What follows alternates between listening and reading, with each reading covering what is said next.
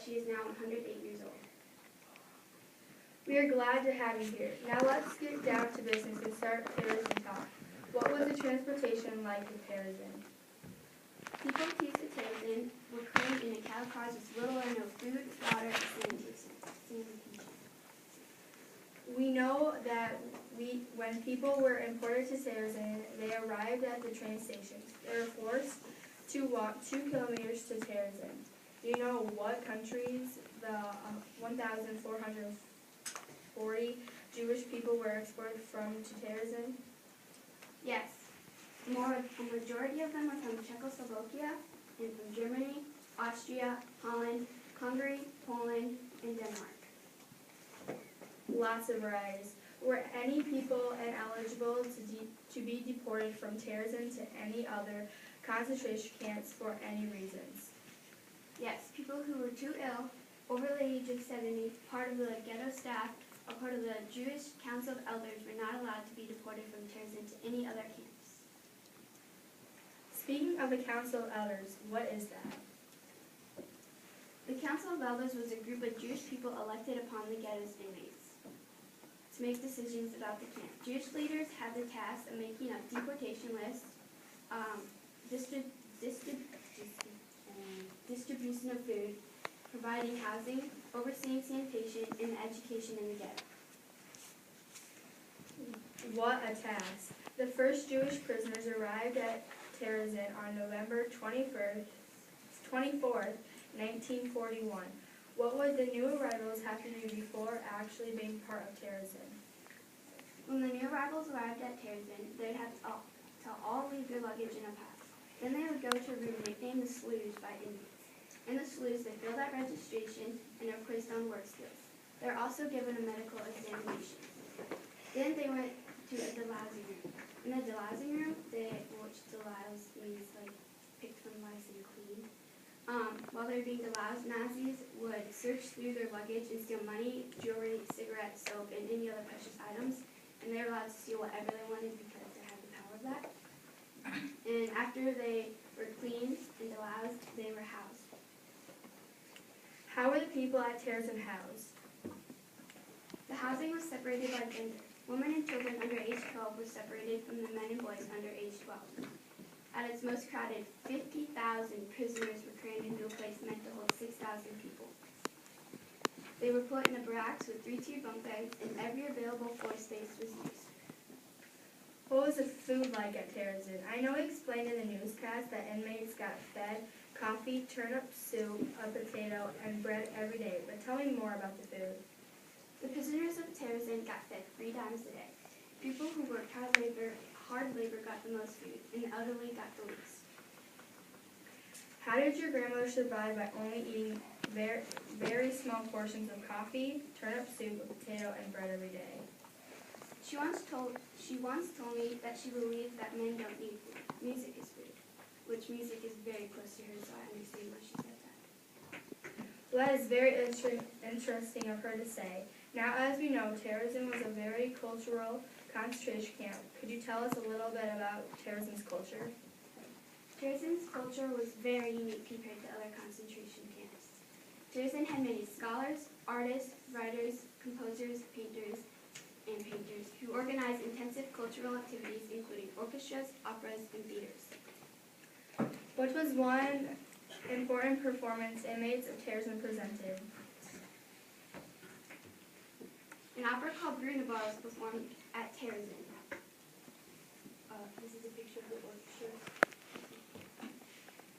And then it was the most popular theatrical production at Terezin, where it was performed in many big events that occurred at Terezin. Brunnebar was composed by a man named Hans Krause. It was performed by many children who passed through Terezin at different times.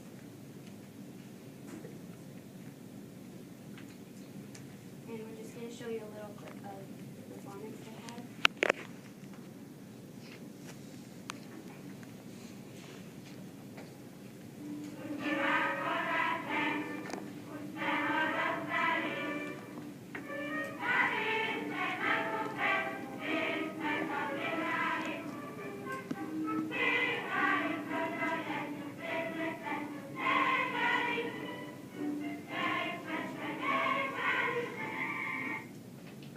much longer, but we were just going to show you a little bit. What an interesting Oprah. What other things would talented Jews do at the Terezin? The inmates of Terezin would make sketches of the ghetto life undercover in an attic or among a large group of people so that the SS would not discover them.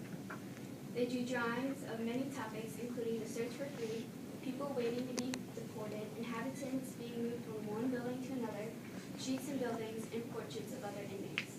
They also wrote poems and made paintings. What do you mean they made their own artwork undercover? Well, at first these things were not tolerated at Terezin by the Nazis, but soon after the opening of Terezin, the Nazis encouraged music and artwork in the camp. Why did they encourage the artwork and music in the ghetto? The whole purpose of Terezin was to kill the Jewish culture. So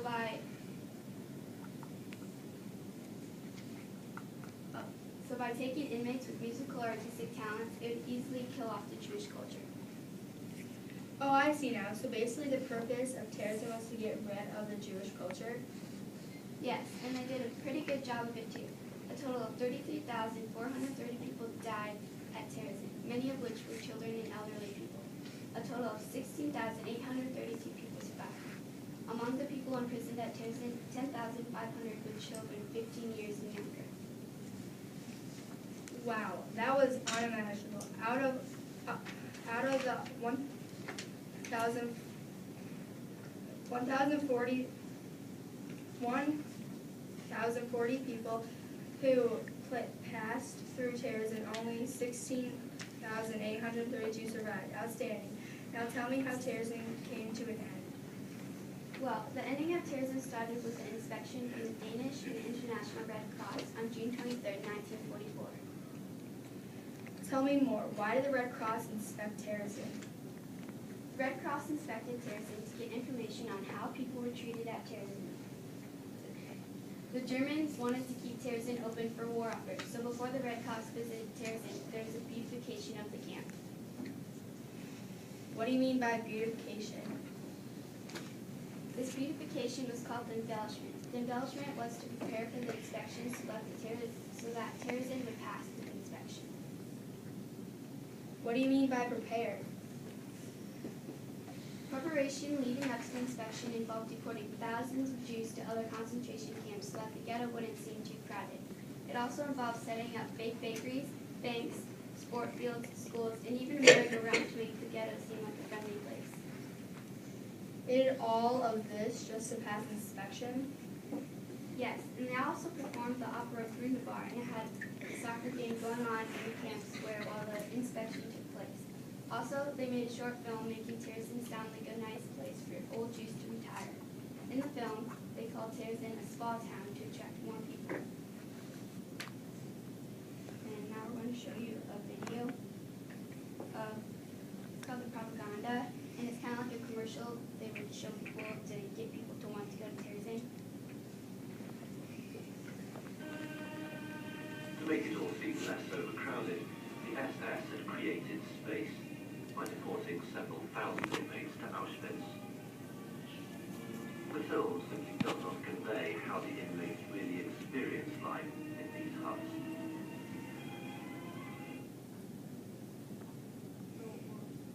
Okay, well, pretty much the whole purpose of the video was to make people want to go to Terezin, and like normally there'd be like 20 people placed at one of those benches, but there's only 6 at the time. And also they renovated the bunks so that there's 2 bunks of the bed bunk things instead of 3 to make it seem like there's more space at Terezin when there actually wasn't. That is definitely not what Terezin was like at all. Not at all. After the inspection, Terezin started crumbling due to so many deportations of able-bodied men and a disease called typhus epidemic, which is caused by a body lice that was uncontrollable. On May 3, 1945, Terezin was handed over to the Red Cross. The camp was just handing over to the Red Cross. Yes. The lice disease got so bad that the camp couldn't be handled anymore. Wow, and your grandmother Alice survived through all of this? What an amazing story. Is there anything your grandmother remembers most about her time at Terezin? Yes, she would always describe to me how it felt to be performing or just even be playing at Terezin, because playing at Terezin got her mind off of the horrible place she was at. The whole war, everything just disappeared from her while she was playing or singing or anything in Terezin. So music meant a lot to her while she was at the concentration camp. And we're going to show you some more pictures. Here's a drawing.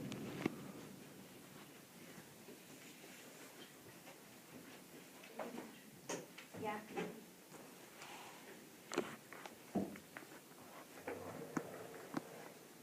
Thanks for watching our presentation. We hope you understand what the prisoners went through and what it was like living in Terezin. We also hope you learned a lot about Terezin's people, culture, and what life was like in the camp. The Nazis' goal of Terezin was to kill the Jewish culture.